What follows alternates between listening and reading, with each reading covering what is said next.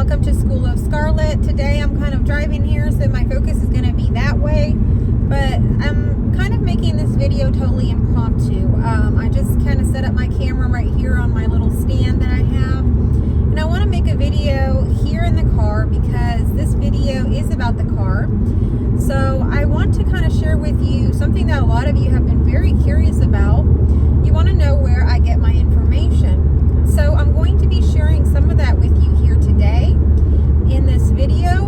And the purpose of making this video in the car is because in the car you can gain a lot of insights and downloads, which is where I get most of my information. So the information that I share with y'all on my YouTube channel is not coming from Nydia, the being, or Scarlett, the person, or any books, or a college degree, or some guru out there, or some teaching, or some retreat I went to. I didn't go to any retreats. I didn't do any of these things. And even if I had, that's not where this information is coming from. This information is totally coming from the divine. And if you watch my videos and you pay attention, you will notice that there is a recurring theme throughout my videos.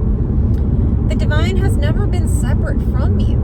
The divine is right here and now with you at all times.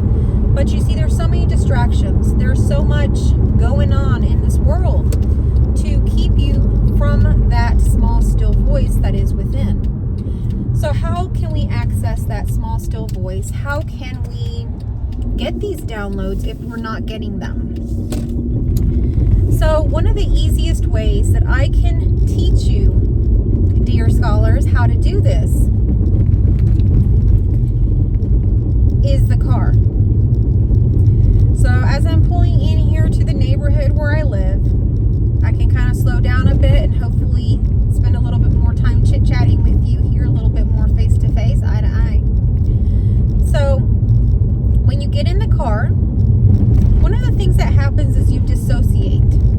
If it's a route that you've taken before, a route that's familiar to you, that you've memorized, you actually dissociate. Now, I have a degree in psychology. Now, if any of y'all want to look into it, you definitely can. But when you're in a car, you experience basically, like mental illness, a dissociation. And your brain goes into this kind of wave state that's so relaxed that you can totally let the body go. So the body is now totally entranced in driving the vehicle. It's busy. So really what you're doing is putting the body to do a task. You're basically putting it to be occupied, to, I want to say babysit. So what I feel like, and the words that I like to use, is I'm putting my body to babysit. I'm putting it here with the babysitter, and the babysitter is the car. I'm giving it something to do, something to play with. And what I like to do when I get in the car is turn my music on. I have Spotify, and I have all of my favorite artists, musicians, those songs that really evoke emotion for me. And I play my songs on full blast, and I sing, and I cry, and whatever I want for maybe 5 minutes and or more, whatever my heart wants. I allow it to immerse itself in emotion and music. And as it does that, my happy sparks. I begin to sing, dance, relax, just feel all these emotions. As you're feeling these emotions, as you're hearing maybe a lyric or two, or you see something outside of your window, you're going to notice that you're going to be getting downloads quick. Boom, boom, boom. You're going to get thoughts. They're thought streams. You're going to feel something come through. Maybe it was the song. It said something about light. And now suddenly in your imagination, you may visually see the light, or you may feel the light within your being, or you may sense a color, a sensation, a temperature happening within you. You may sense a word pop up, like feather. And then you may have an insight. The next thing may be you'll see the feather flowing, or the next thing will be all of a sudden there will be a bird come through your windshield or right in front of your windshield, and it's soaring and it's going higher. And so this is symbolizing things to you. All of these things, whether it's a word, whether it's an image, whether it's an emotion, it's a color, it's a feeling, it's a sensation, any of these things are actually triggering you a download. So when you feel the word feather, you want to tune into it and feel it and imagine it. If you have the ability to imagine, that will take you everywhere. Because as soon as you get the inside of feather, you start to begin to imagine it in a visual, in your mind's eye. And in your mind's eye, that feather will transform to your download, whatever that happens to be, whether that's a brand new quote that is just emerging from you, whether that's a whole train of thought, whether that's a whole YouTube video that you could make, whether that's some idea or visual for a painting you're going to paint. That may be the right insight for the book you're going to write. We don't know. But I can tell you that when you're driving is the easiest place to get these insights. They just naturally come through because there's different components happening all at once. Your body is being put to work, being put to rest, meaning you yourself are not engrossed in the act of driving. You're comfortable with it enough that you can dissociate into the divine. So you're no longer engulfed in the body, in the material. You're engulfed in the divine, the spiritual, which you can't see. So that's what transforms here. And I know this video is a little crazy and probably not the best quality because I'm making it in the car. But I want to make a point for you, and I really want to give you the clearest and my insights behind how to access this information. Now, how do I get my information? I get my information just the way I just told you. It could be literally, I have an image of a feather come through, and then from that, the whole insight arises of whatever it was. All of the words that have to come along with why I'm visualizing a feather. Maybe I get the insight of something that's happened in my past. I have a memory arise, something that's arising within a different timeline to show me something that I can convey to others, to myself. Essentially, I'm just conveying it to myself. But in terms of, you know, if you are an artist, if you're wanting to know where to get this information because you want to channel the divine into your art, channel the divine into your speaking, channel the divine into whatever it is that you're doing, just know that the divine has always been part of everything. But when we can put our body to rest, to kind of babysit for a while, then we can really commune with the divine 100%. And in that space, we aren't feeling that separateness at all. We're feeling completely seamless. We feel at home, and it feels like we can finally concentrate, like we can finally experience what everyone has been calling the silence. Now, believe it or not, silence is not actually silent. So everybody talks about abiding in silence. Have y'all ever abided in silence? If you have, comment down below. For one, it can actually be very silent. But as you abide more and more in silence, as you mature in you abiding in silence, you will recognize that silence is not silent. Silence speaks. Silence is the spoken feeling of the divine. It's not a spoken word. It's not full with images other than within your own mind's eye. So you won't see this somewhere outside. You're only going to see this within. So if you want to access information, if you're coming to me wanting to know information and how do I know this and how do I prophesize, how do I know about this, how do I know about that, my friend, everything's coming from within.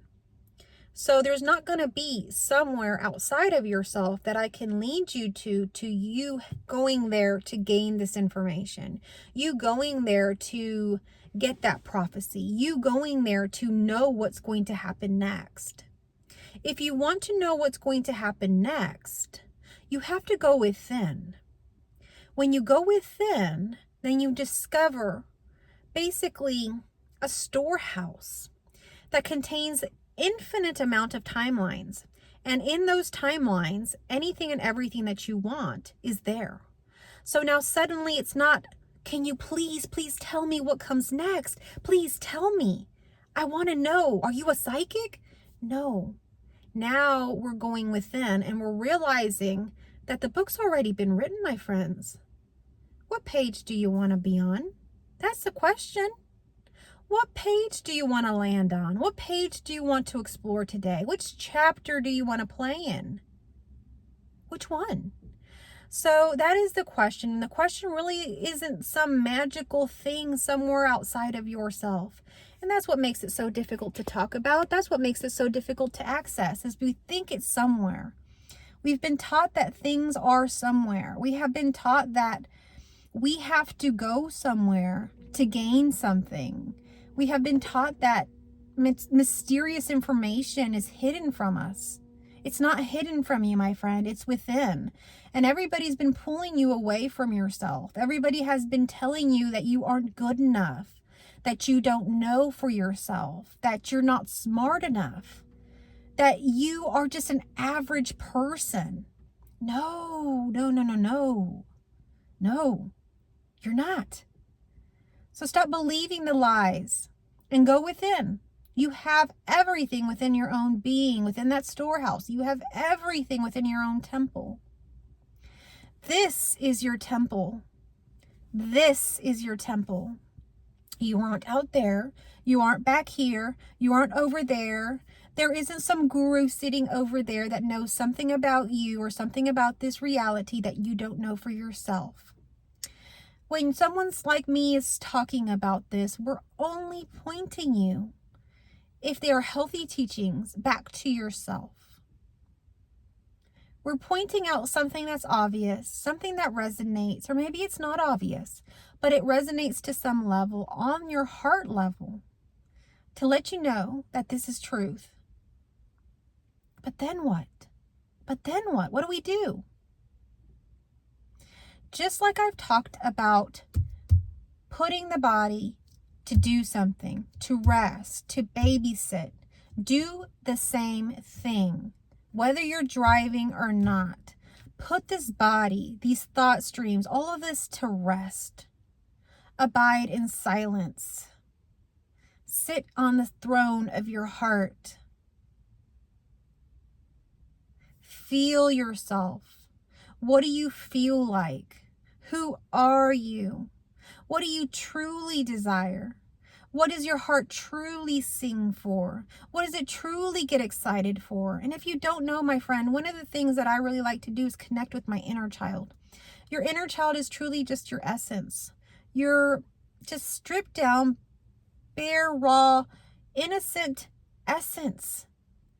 So if you don't know your heart, if you don't know yourself, connect with your inner child. I urge you in this moment to close your eyes.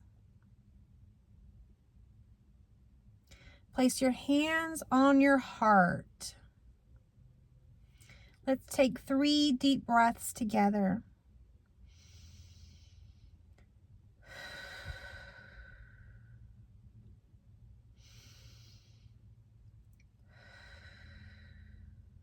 One more.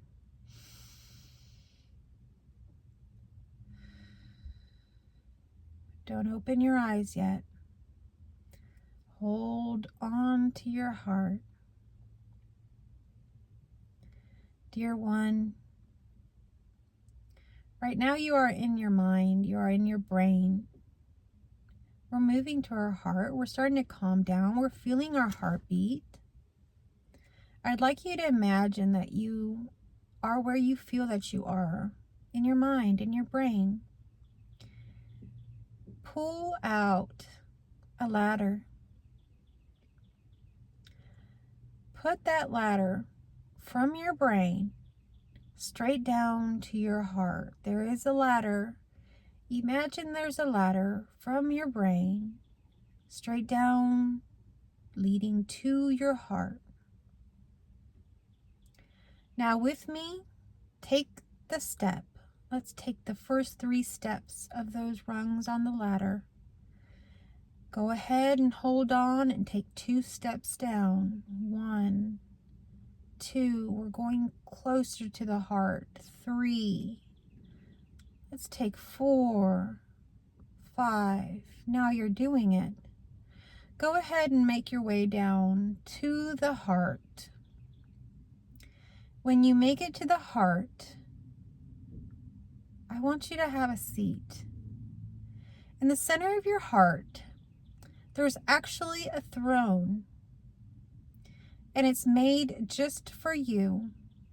Go ahead and have a seat on your throne. Here you feel the warmth of the flame that is within your heart. This I like to call the twin flame. It is the flame that is the union, the alchemical union between you, who you think you are, and the divine.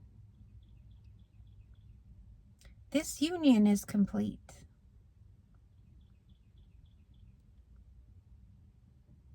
Imagine yourself sitting at this throne. Imagine yourself as your younger self, as yourself as a child about 3 to 5 years old.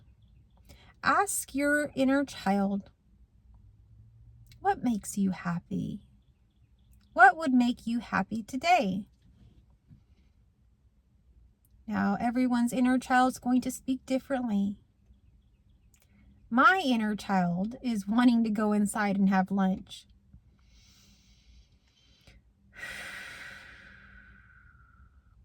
So it be. So your inner child is within you. This is an energy. It sounds pretty silly. It feels a little silly to some of you, maybe, if you've never done this before. But you see, everything is truly an illusion. And the illusion of you being a child sitting in a throne inside your heart is no less real than me sitting in this car making this video. As a matter of fact, there is nothing truer than true than the heart. The heart is truly just a metaphor for everything, for what you are, the energy that is encompassing everything and nothing. So when we connect with our inner child, we can now access a flow. So if I go inside and have my lunch and get happy and, you know, my stomach's full, then I am back in flow. Okay? And then when I'm back in flow, I can put myself to do a simple task that is very human, like cleaning. So I go have my lunch, make my inner child happy, and put my inner child to work. All right, now you're going to clean the kitchen. So we put the inner child to work in the kitchen and maybe even put in some ear pods to kind of evoke that emotion, just like I do in the car. And as I'm cleaning, as the body is busy, what happens? All that's playing in awareness is the divine. So now you can listen within that silence without all the noise, without all the distractions of the body, because the body is busy. You're in connection with the divine. And so now, boom, boom, boom, insight after insight. So I titled this video, Do Not Operate While Driving. Why? Why would we not operate while driving? Y'all, every meditation is going to tell you not to meditate while driving. Isn't that unusual? And I would generally agree. Right? Because we get into this state of relaxation and we feel that our senses are diminished and it could possibly cause us to have an accident. So that is why that is not recommended. But my friend, when we are in the driving state, believe it or not, if they are routines that you've taken many times, you actually go into this state naturally. So don't have any fear about doing this. And if you do have fear about, you know, relaxing into your own being, then I would recommend you to do what I just did in that meditation. To do your own inner work with your inner child at home. And do things like putting your body to work through cleaning, through whatever it happens to be, while you commune with the divine. And it sounds very separate, but trust me, when you start doing this, There's no separation at all. No separation. There never was. But to break it down, to speak of this, to slow it down into the density that I'm trying to convey in the 3D, we have to break it apart. We have to make it simple. Otherwise, it wouldn't make any sense to the 3D. Now, if we're talking about energetically, hey, that's a whole nother story. That's very easy. We just snap our fingers and it's there. But in the 3D, we have to kind of slow down to have the density to understand this. And so I'd like you to kind of observe your own driving and how that happens for you, and maybe any other similar activities such as cleaning, like I mentioned, with earpods or whatever. How is that working for you? Are these times where you're getting downloads, where you're getting insights, where you're getting all of this information that I'm speaking of here? Many of us cannot get to that space because we can't get our bodies relaxed. We can't get into that dissociative state because we're so high strung, we're so stressed, we're so hyper vigilant on every little thing that we can't let go of anything because we're so stressed that if we let go of anything, everything's going to fall apart. It's not. I would like to encourage you today to begin to let go of little things in your life that you think are the end all be all and see what happens. Let's make a change in this pool. All of y'all have seen maybe as a child how when you're in a pool and we have a group of children all moving on the edge of the pool, the inside of the pool, one way, making a circle around the pool, and they keep going, it creates this sort of like wave that continues on this way. It's like a swirl, a whirlpool with its own motion that's very hard to stop. But how do you stop that? How do you turn it around? You go the other way. You tell everyone to go the other way. So that's what I'm trying to tell you here. Let's turn around, let's reverse, and let's go the other way. Go the other way. We think we can't let go of stuff. Yeah, of course we can let go of stuff. Let's let it go and see what happens. Do this social experiment with me today. Let it go, just like the song says. And so today I just wanted to bring you this little car insight video because as I was driving home today, I felt so many insights coming through. It was amazing. And I felt, you know what? I want all of my friends to know and be able to access this for themselves. So I hope that you will do this for your own self and that you will gain all those insights and things that you're looking for yourself or for whatever. I wish you all the best of luck. I love you all.